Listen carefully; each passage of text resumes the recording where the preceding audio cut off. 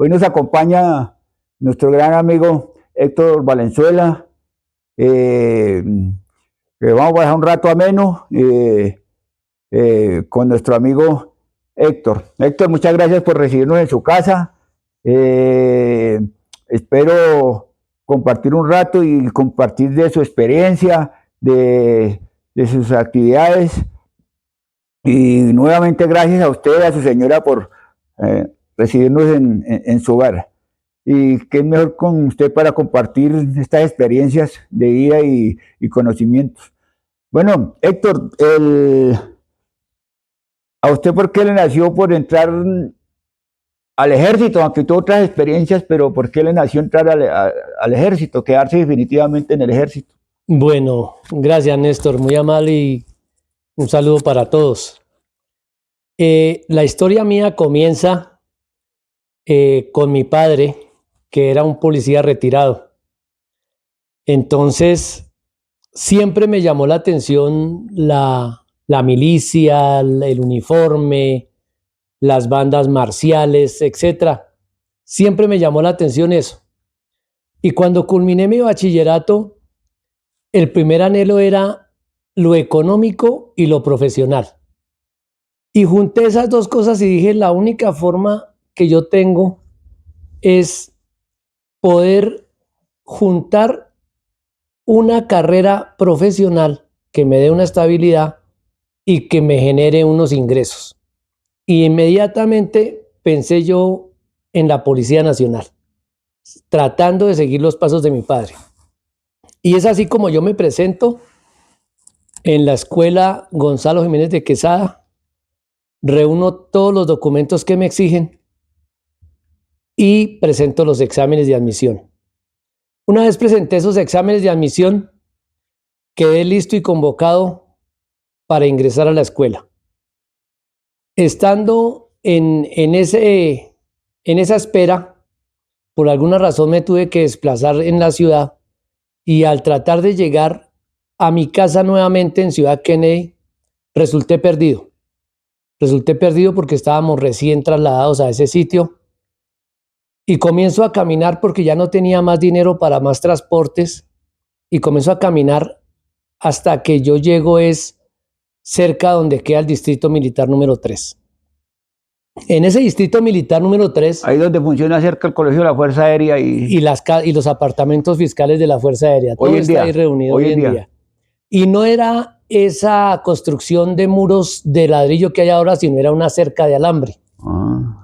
Entonces, lo primero que me impacta es que yo veo una foto de un tamaño de persona normal con un señor con una chaqueta blanca, un pantalón azul, la chaqueta con botones dorados, un sable extendido hacia el piso, su gorra azul y mirando al horizonte.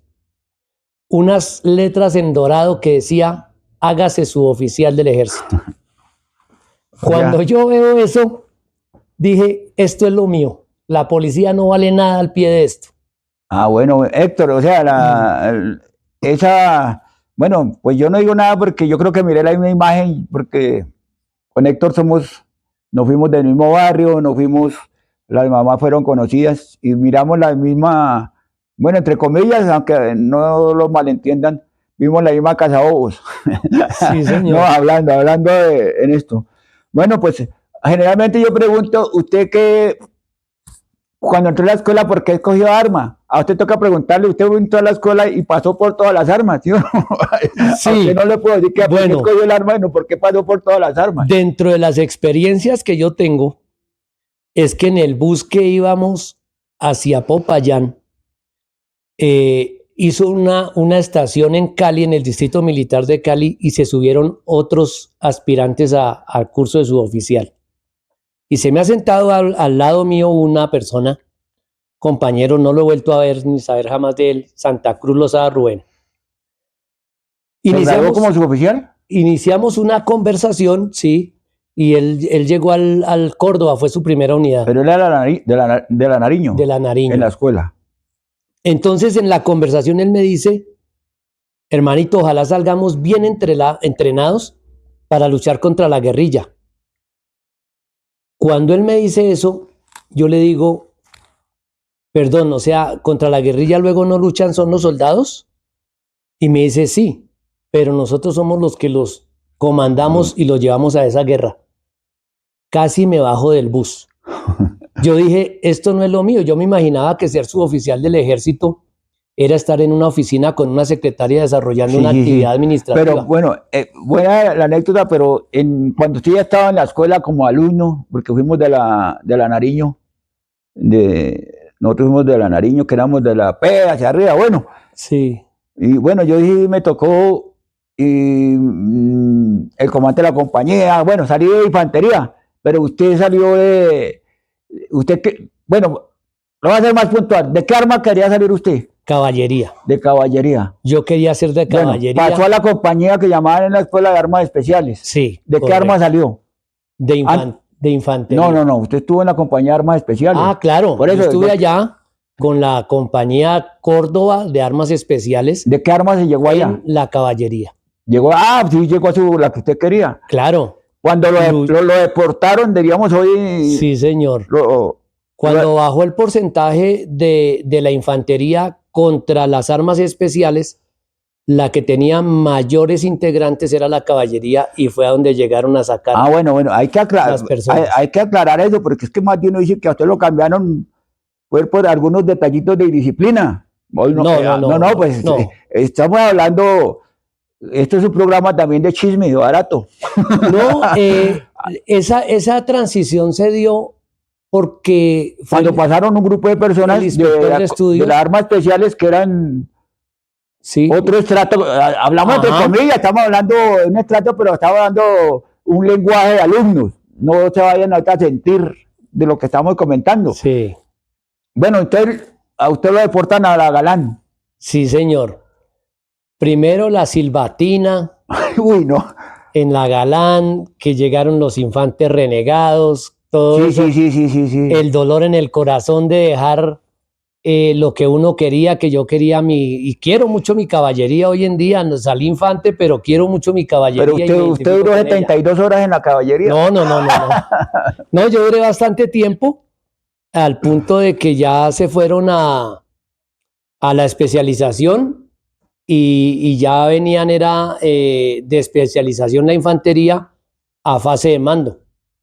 Y me tocó esa etapa tan horrible de hacer fase de mando dentro de la misma compañía, con los mismos compañeros míos, donde fuera de yo ser infante renegado, ninguno me quería hacer caso.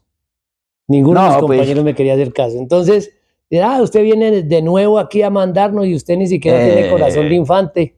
Estamos hablando con Héctor Valenzuela, un personaje de alumnos, de jóvenes que éramos irreverentes. Fue muy reconocido en la escuela. La mayoría pasamos y ¿cuánto éramos más o menos en la escuela? El curso como yo 400. Yo creo que éramos más. Bueno, de 400 y 500, pongamos que fuera el curso. Sí. La mayoría pasamos. ¿Quién era Saavedra? ¿Quién era Rodríguez? ¿Quién era Aragón? Normalitos. Muy pocos se acuerdan. Pero pregunte en Valenzuela, hemos dicho, más conocido que Chinca. Sí. Hablando ahí. Bueno, Héctor, y salió de infantería. ¿Y cuál fue su primera unidad? Mi primera unidad fue el batallón Pichincha en Cali. Allá nos reunimos con 15 compañeros que éramos de escuela la mayoría y de ascendidos en brigada más o menos unos 4 o 5. Entre los que se acuerdan más o menos con quién llegó al Córdoba. Al Pichincha llegué. ¿Su primera unidad cuál fue? Pichincha. No fue el Córdoba, fue el Pichincha. No. El Córdoba fue como mi cuarta unidad. No, el Pichincha. Al Pichincha llegamos, me acuerdo que el más antiguo era Cuesta Moya Wilfrido, que hoy se encuentra viviendo en Canadá. Mendoza Florentino, Cruz Rincón Florentino. Mendoza Florentino fue de Sargento Mayor. Sí, Mendoza Florentino, Sargento Mayor.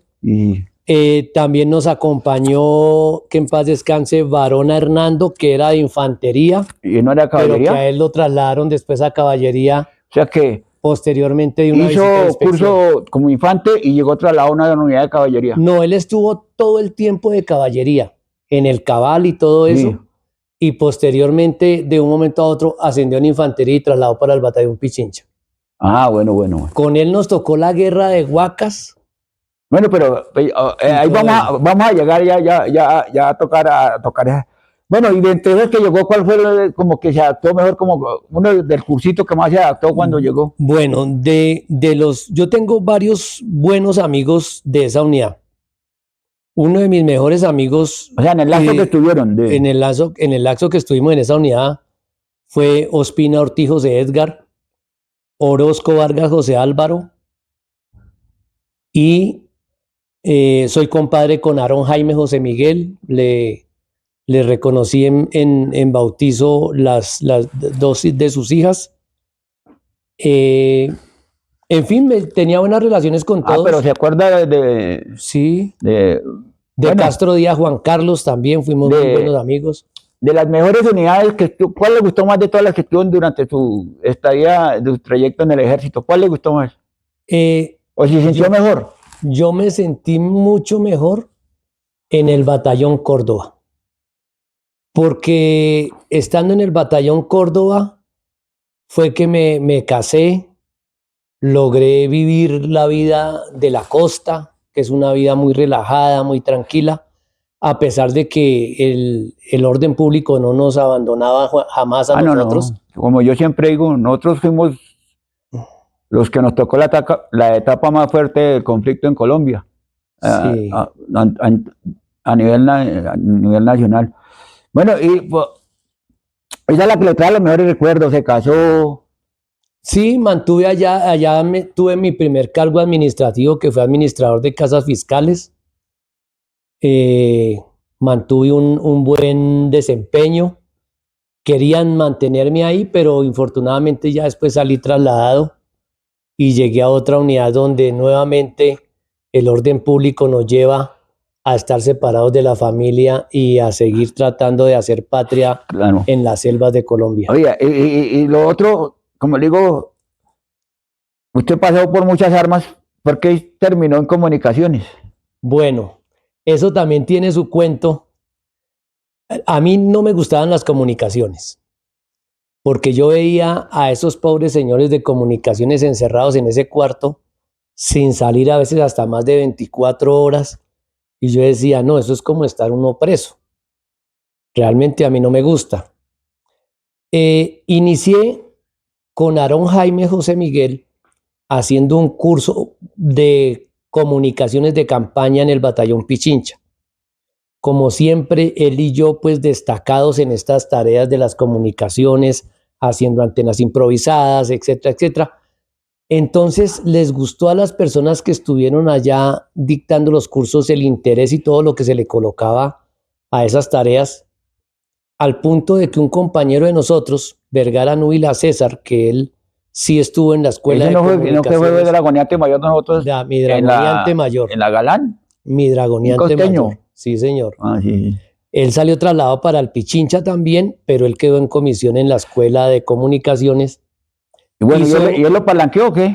Sí, prácticamente él estaba con las comunicaciones en la base de Suárez Cauca. Yo estaba por esos lados y él tenía que desplazarse a comunicaciones del batallón y esas comunicaciones quedaban solas. Buscaron quién llegara allá, me nombraron a mí, yo asumí esas comunicaciones en esa base y posteriormente fui llamado también al batallón a las comunicaciones con ese solo curso de campaña.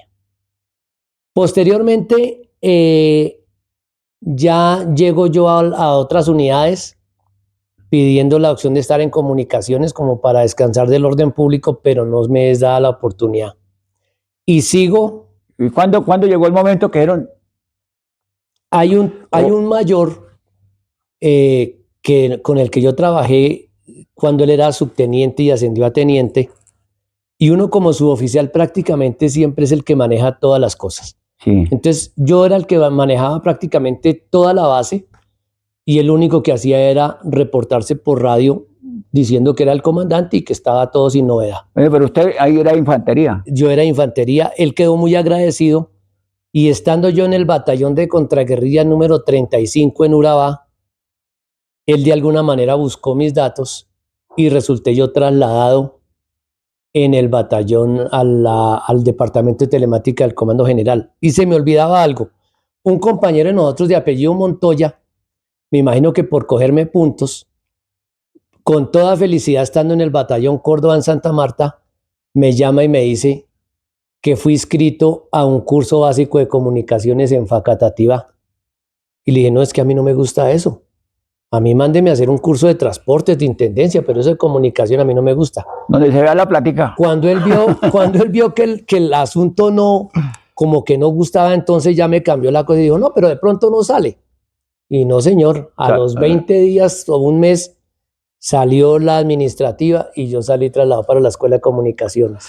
Pero, o sea, esa fue su entrada. Prácticamente fue la entrada porque posteriormente... Bueno, pero hagamos un pequeño alto. Bueno, caballería, infantería. Y comunicaciones. Comunicaciones. ¿No alcanza a ser ingeniero o no? No. Bueno, eso es un... Pues... Pasó como 6, 7 unidades. Pero la unidad más compleja o cuál fue el momento más complejo, como decir, de orden público que usted vivió. Lo viví en dos unidades porque... El más complejo, el que haya vivido usted, que tenga hoy más presente que haya vivido. Prácticamente lo viví en el Pichincha contra el M-19 Quintín Lamy Ricardo Franco. En el Cauca. En el batallón de contraguerrillas 35 en Urabá, por la zona de Río Sucio, con las FARC, el EPL y el ELN también que operaban en esa zona.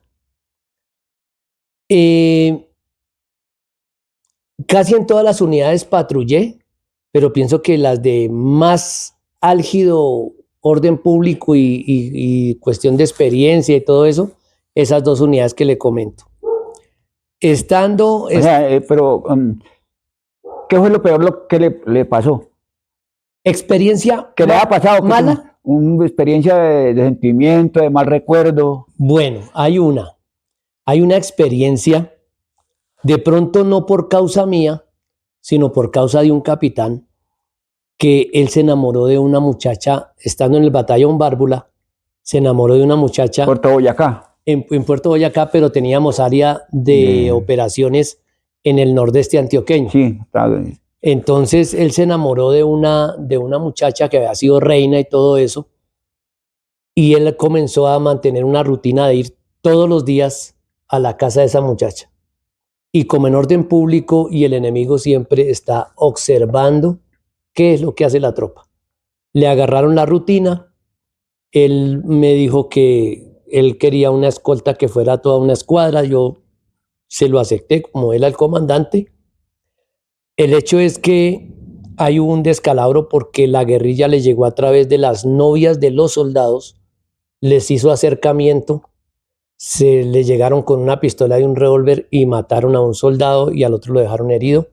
Se llevaron la ametralladora, se llevaron el fusil. ¿Y el capitán vivo? El capitán dentro de la casa de la novia en ropa interior.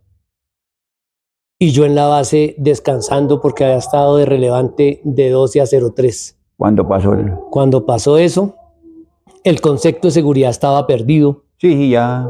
Me llaman por teléfono a la base y me dicen que hay 2 soldados tirados en la carretera, que fuera inmediatamente. Teníamos asignada una camioneta de las empresas públicas de Medellín. Fuimos hasta allá, me acuerdo como si fuera hoy. Fuimos llegando, un pueblo cafetero, Yolombó, Antioquia, lleno de personas vendiendo y comercializando su café. Fueron abriéndose y venía el chorrito de sangre. Oye, los soldados fallecieron. Uno falleció y el otro quedó herido. Alcanzaron a... Entonces yo veo al primer muchacho ahí muerto boca abajo, le miro la riata cortada, no vi el fusil por ninguna parte, miro hacia arriba y el otro estaba temblando ahí también en el piso porque también le dispararon. Entonces le pregunto, le digo, varón, ¿qué pasó? Y me dice, mi cabo, se la llevaron. Le digo, ¿qué? ¿La ametrallaron? Y me dice, sí, se llevaron la ametralladora. Bueno, y en esa época, no, yo creo que a veces decíamos que le daban más valor a un arma que a la vida. Sí, señor. Deja de hablar, bueno, es un recuerdo muy fuerte. Es tanto así hablando de los valores, que al capitán solamente le cobraron la ametralladora del fusil, lo dieron lógicamente de baja, pero de No, la vida de los no, soldados esa época era, sí, no pasó nada era más. como una época de Inquisición cuando nosotros empezábamos. Ya hoy en día, mejor dicho, ha cambiado mucho. Bueno, ese es el peor momento. ¿Y el mejor momento que usted pasó en el ejército, cuál fue? Yo pensaría que el mejor momento fue cuando el mayor que les digo que trabajé con él de teniente me trasladó para el comando general. Llego al comando general con mis cursos de comunicaciones, siendo infante. Se queda mirándome el jefe del departamento, me mira los fusiles y me dice, uy, pero usted es infante, ¿no? Y dice, sí, mi coronel. Entonces me dice, tráigame, ¿usted tiene cursos de comunicación? Le dije, sí, claro, yo los tengo. Tráigame las constancias y todo. Pensé que era para hacer una comprobación. Y para mi sorpresa, él hizo un oficio solicitando mi escalafonamiento y en 20 días me escalafonaron a comunicaciones. Ya. Pienso que es uno de mis mejores momentos. Me nombraron en una oficina, me nombraron después en una red de datos. Pasé un muy buen momento. Yo llegué de sargento segundo. Ahí fue donde adquirió todo el conocimiento que tenía hoy de sistemas, de todo Sí, eso. señor. Pero, Ahí se me. o sea, se usted me llegó presentó la neófito, oportunidad. pero ahí fue donde adquirió toda esa experiencia que Sí, terminó hasta profesor de sistemas en un colegio. en un colegio. También en la escuela logística pude aportar mis conocimientos También en estuvo allá. ese. Bueno, esto vamos saltando atrás hacia adelante y como es algo tan informal, aquí sobre todo para nuestra colonia, los amigos de remoto, una propaganda cortica, gracias a los de Santander me hicieron llegar la gorra, los Opitas, los de Boyacá, los Libertadores por los detalles, es una cuña pequeñita. Vean, una pregunta, Héctor, ¿usted y Fortunato por qué fueron tan famosos en la escuela? Bueno, Fortunato no es deportado, de las armas especiales no. no sé, a ¿No? mí me parece que Fortunato iba a ser ingeniero. Si no estoy También, mal. ese fue de las cuotas, no. Yo creo que Yo no me si él acuerdo. no fue ingeniero, Pero ustedes dos, sí, manteníamos una muy buena amistad. después de la palabra terremoto, lo más famoso del curso en la escuela fue Valenzuela y Fortunato. Vendíamos cigarrillos, vendíamos panes y vendíamos gaseosa. No, y fuera de ventas, no, ¿qué más? Comienza el cuadre y el descuadre de toallas y de los pasadores del fusil G3. Sí, Eso era fue un una tráfico, locura. no, eso sí, pues. Eso era una locura al punto de que alguna vez le quité los pasadores a mi fusil y me los eché en el bolsillo. Cuando dijeron, otro tema era sacar el armamento, encuentro yo mi fusil sin pasadores, los tenía aquí guardados y a mí se me olvidó.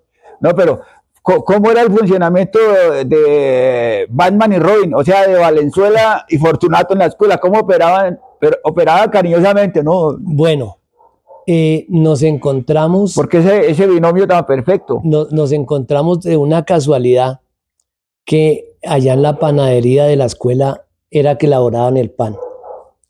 Y nos conseguimos una vara como de 4 o 5 metros, le sacamos punta con una navaja y la dejamos encima del techo de la panadería. Alto calibre de la época. Y como era encerrado en calado, lo que se llama ladrillo calado. Sí, los huecos. Entonces hacíamos una operación comando en la noche que consistía en uno con la linterna y el otro con la vara, chuzando el pan, lo traíamos y el otro cogía el pan y lo sacaba. Y ya teníamos una gaseosa para él y una gaseosa para mí, y eso era nuestra cena de noche, pues el algo, que eran 2, 3 panes y la gaseosa para cada uno. A alguno de los dos se nos ocurrió que eso era como buen negocio, y ya no sacábamos ni 2, ni 3, ni 4 panes, sino sacábamos por ahí 50, 60 panes, y nos dedicábamos, era en el alojamiento, a llamar a las personas que estaban durmiendo, a los compañeros, y preguntarles si querían comprar pan. Uy, no. Entonces, imagínese, ya ustedes 12 de la noche y usted durmiendo tranquilo y que lo despertaran. ¿Quiere pan? Hay pan. ¿Cómo? Bueno, el precio no me acuerdo, debe ser algo muy barato. Y nos dedicamos a la venta y eso en un momentico se vendía todo el pan. Nunca se metieron con las tulas ni nada de eso. Yo me metí con una tula yo me metí con una tula que es la tula que más me ha dolido, porque es de mi gran amigo Ospina Ortijos de Edgar. Uy, pues no era de sus lanzas. No, ya tocamos fondo. Fue un motivo de equivocación. Entonces me han nombrado comandante de escuadra de mis propios compañeros y hay uno que se evadió.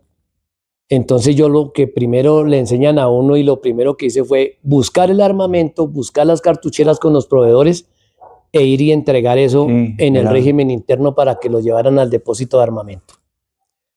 Pero jamás pensé en la intendencia, en el material de intendencia.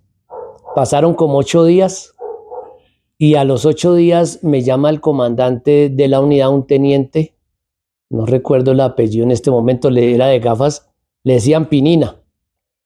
Me llama este más teniente. De uno de ustedes, de los que estuvieron en la escuela, pues se acordarán. Sí, yo creo que deben saber de pronto con el seudónimo ya de Pinina. Sí. Entonces, me dice, bueno, Dragoneante, a usted se le fue un alumno de su escuadra. Le dije, sí, mi teniente. Entonces dijo, necesito que se me presente acá con todo el material de intendencia de él. Y ojalá o si no lo meto al calabozo.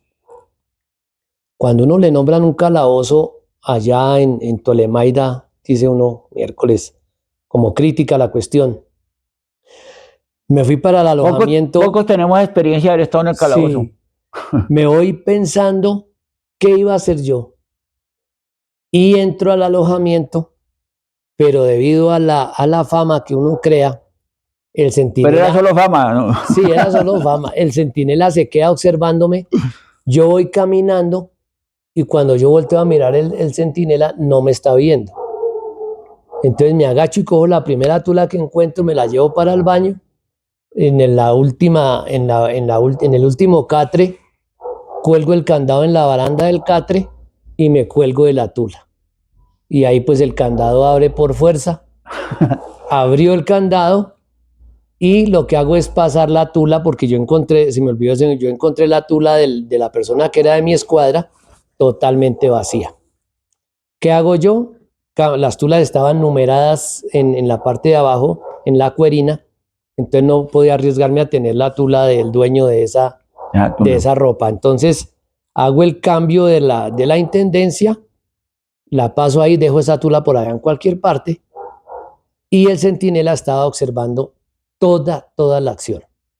Entonces cuando yo salgo con la tula me le presento al teniente y le digo que acá está la intendencia del que se fue. Antes me felicita y me dice que muy bien todo y al momento llega Ospina manifestando que yo le había robado la tula y que esa era la de él. No, pero yo le digo que eso es mentira, que eso es falsedad y entonces me dice, saque la ropa a ver. Y en esa época pues teníamos el apellido ahí en color fondo negro, color amarillo. Sí. Y saca el camuflado apellido Ospina. Ay. Bueno, esa es de las poquitas historias que tuvieron el dúo dinámico de Héctor y Fortunato. No, hay muchos eventos, a veces para recordar, a veces uno, como dice, recuerda uno como decía el himno al compañero, que yo tenía un compañero, otro igual no encontraré. Como cuando al fuego Alcarín tocaba, bueno, ese era el himno al compañero. ¿Perdió algún compañero? Sí. Que no en combate. No, por eso. Pero éramos muy buenos amigos. Éramos los dos de caballería. Cuando yo era de caballería, éramos los dos de caballería. Díaz Fuentes, Luis Enrique. Un muchacho de Sogamoso. Tuvimos mucho trato porque él llegó a la policía militar número 3, casualmente. Yo llegué al Pichincha, entonces teníamos mucha oportunidad de estarnos viendo. ¿Qué le pasó al compañero? Él salió a sus primeras vacaciones de Cabo Segundo. Se fue para su tierra natal, para Boyacá, y estando allá en Sogamoso, el papá se vio envuelto en una riña con un vecino. Y él se metió. El muchacho, Luis Enrique, salió en defensa de su padre, pues me imagino que en algunos términos de actitud violenta, y el vecino estaba armado y sacó un revólver y lo mató. Y eso es de lo más... Es de las muertes de personas allegadas que me han fallecido por causa violenta en esa época. En épocas recientes mantuve una cercanía también por la caballería y también por estar acá en Bogotá con Carlos Julio Garzón Capador. Entonces con él nos reunimos en muchas ocasiones, trabajamos en el mismo colegio, en el José Antonio Galán en Fontibón. Tuvimos muchos eventos juntos y se fue en un momento que nadie lo esperaba. Sí, nadie lo esperaba. El COVID fue muy trágico. Una pregunta de respuesta como corta. ¿A quién le gustaría encontrarse hoy en día que no lo he vuelto a ver? ¿A algún compañero? Bueno, me gustaría, me he hablado solo por teléfono con Orozco Vargas, José Álvaro. Fuimos muy buenos amigos, estamos relativamente cerca porque él trabaja con unos proyectos de minería en la zona de Cundinamarca, pero nunca se ha dado la oportunidad de vernos. Es una de las personas con quien me gustaría verme. Y bueno, ahí el compañero de Castro Díaz, Juan Carlos, fui a Montería y lo ubiqué, compartimos un café, compartimos muchas cosas. Pero es que no sé, respuesta breve. ¿Qué comandante no le gustaría volverse a encontrar? Uy, Dios mío, lo tengo en la mente. Tengo dos. Darío Antonio Ruiz Cruz, un coronel, me humilló demasiado con una situación que se presentó en la cual yo no tenía nada de culpa. Inclusive ¿De comunicaciones o...? No, de infantería. Era A mí todas las cosas fatales y no por nada me han sucedido en la infantería. Y tuve otro comandante que no sabía nada de patrullaje, llegó al grado de coronel también, Héctor Julio Merchán Bejarano. Yo pienso que esos nombres de esas personas que le hacen daño a uno jamás se le olvida. Y hay otros que son muy buena gente que esos nombres no le quedan a uno prácticamente en el recuerdo. Una pregunta no personal. ¿Dónde conoció a la señora? Ella es hermana. ¿Ella fue la que le enseñó a bailar, sí o no? ¿Ah? Ella es hermana es la hermana de quien era en su momento la novia de mi hermano. O sea, era la cuñada de mi hermano. Era la cuñada de su hermano. Y nos reunimos para ir a bailar. Y yo no la esperaba a ella, sino a una tía. Y llegó ella. Ella tampoco esperaba verse conmigo porque ya muy poco con los militares. Les tenía mucho recelo. Entonces, cuando se enteró que era con militares, no se puso así como muy alegre, que digamos. Pero algo particular es que ¿Le puedo decir que yo creo que se conectaron por el baile o no? No tanto porque ¿No? yo todo arrebatado para bailar y cuando salimos a bailar la primera vez, ella me sostuvo como diciendo, yo no soy un muñeco para que me esté lanzando para porque ella es muy buena bailarina. Sí, claro. Ella también ahora hoy en día se desenvuelve muy bien. Sí. Y algo casual que pasó esa noche que nos conocimos es que yo sentí que ella iba a ser mi esposa y se lo manifesté a ella y se lo manifesté a mi mamá cuando llegué a la casa. Ah, no, qué bueno. Bueno, ¿y cómo fue esa transición de la vida militar a la civil? O sea, dijo, ya le llegó la baja, pidió la baja, ya. ¿Cómo fue esa transición? Bueno, es muy fuerte. Es muy fuerte porque estar viviendo esa vida de la aquí en Bogotá? milicia. Sí, no, yo estaba en la Móvil 12. Pero igual donde hubiera estado, es la vida de uno dentro de esas unidades. Sí. Donde uno ya está acostumbrado a llegar a una rutina, a la izada del pabellón, a la relación si hay a las 2 de la tarde o reunión a qué horas. En fin, se mete uno tanto en ese rol que es la vida de uno. Y decir uno, a partir de mañana puedo dormir hasta las 9 o hasta las 10 de la mañana, o puedo hacer lo que yo quiera sin pedirle autorización a alguien para ciertas cosas. El cambio es fuerte. Pienso que una de las cosas que a mí me dio duro es que yo me consideraba con los méritos para ascender a sargento mayor y no lo logré. Entonces eso le llega a uno muy duro al corazón de decir, bueno, pude haber llegado más lejos y no se dio. Pero ese dolor siempre me duró como unos 3 años Ya hoy en día es una situación superada. Vivo Sí, eso feliz. siempre porque lo que uno vivió muchas etapas de su vida. ¿Cuál es su música favorita? La salsa. Sí, eso La salsa es mi música favorita para cuestiones del corazón y para bailar. Me gusta demasiado. deporte. El baloncesto.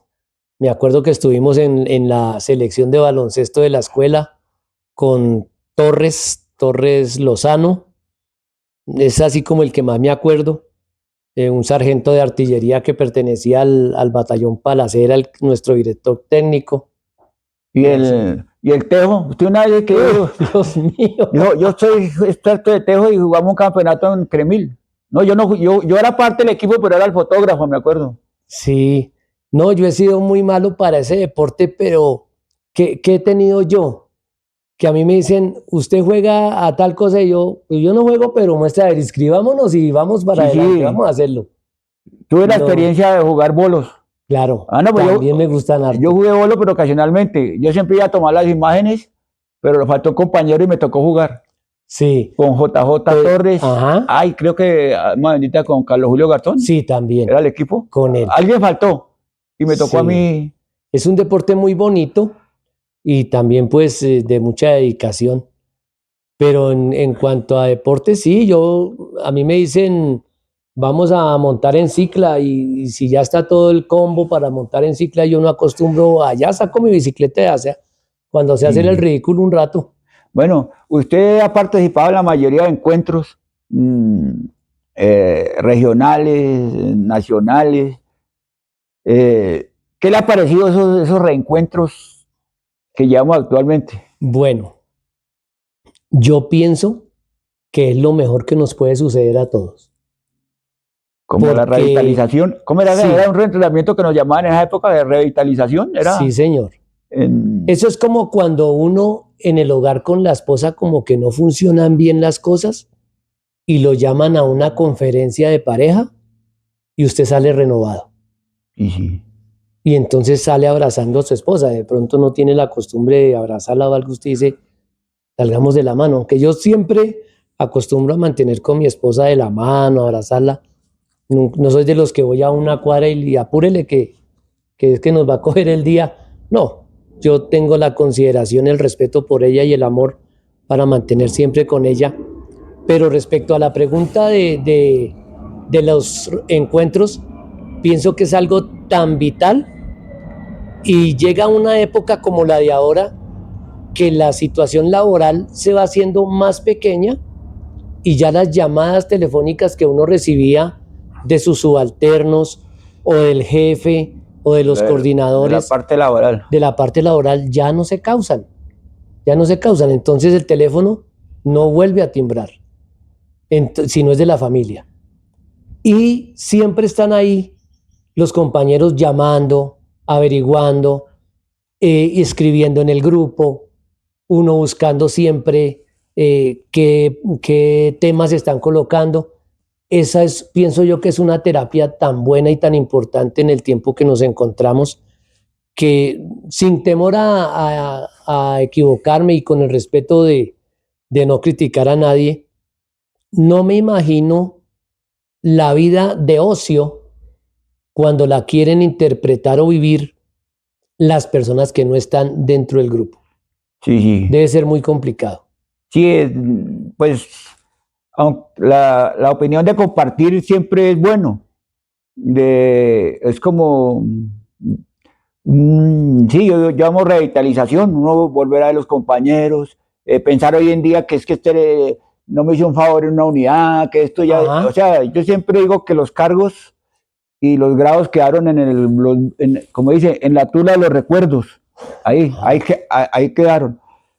Bueno, Héctor, o sea, finalmente una recomendación para todos para disfrutar el cuarto de vida que nos queda. ¿Qué recomendación nos daría a todos como comentario final? Bueno, uno pasa la vida después de que se casa o que se une a otra persona, uno pasa todo el tiempo en pos de los hijos, comprando, educando, una cosa a otra, y muy poco se preocupa por la pareja y por uno.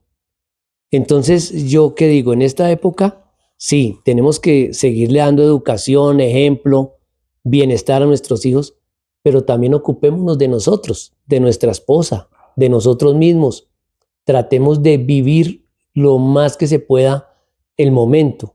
Para eso no necesitamos ni millones, ni pensión, ni nada de eso, sino necesitamos es la disposición de compartir, así sea una vuelta a la manzana, así sea sentarse uno a tomar un tinto, de poder vivir eso de una manera agradable, pienso que es lo mejor que le puede suceder a uno.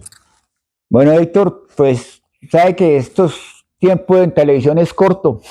Sí. Aquí, por este desparche, esperamos seguir entrevistando de una forma muy resumida y diario, pero muchos compañeros, y agradecerles nuevamente por haberme recibido y que esta parte que estoy elaborando, hoy el entrevistado es Héctor, pero el asesor en lo que estoy haciendo en este proyecto, que él también va a realizar el de él, pero él me está asesorando, muchas gracias y espero poder aplicar todo lo que me está enseñando en la parte de sistemas para cumplir con este proyecto para los amigos terremotos y nos veremos en una próxima entrevista y muchas gracias, Héctor.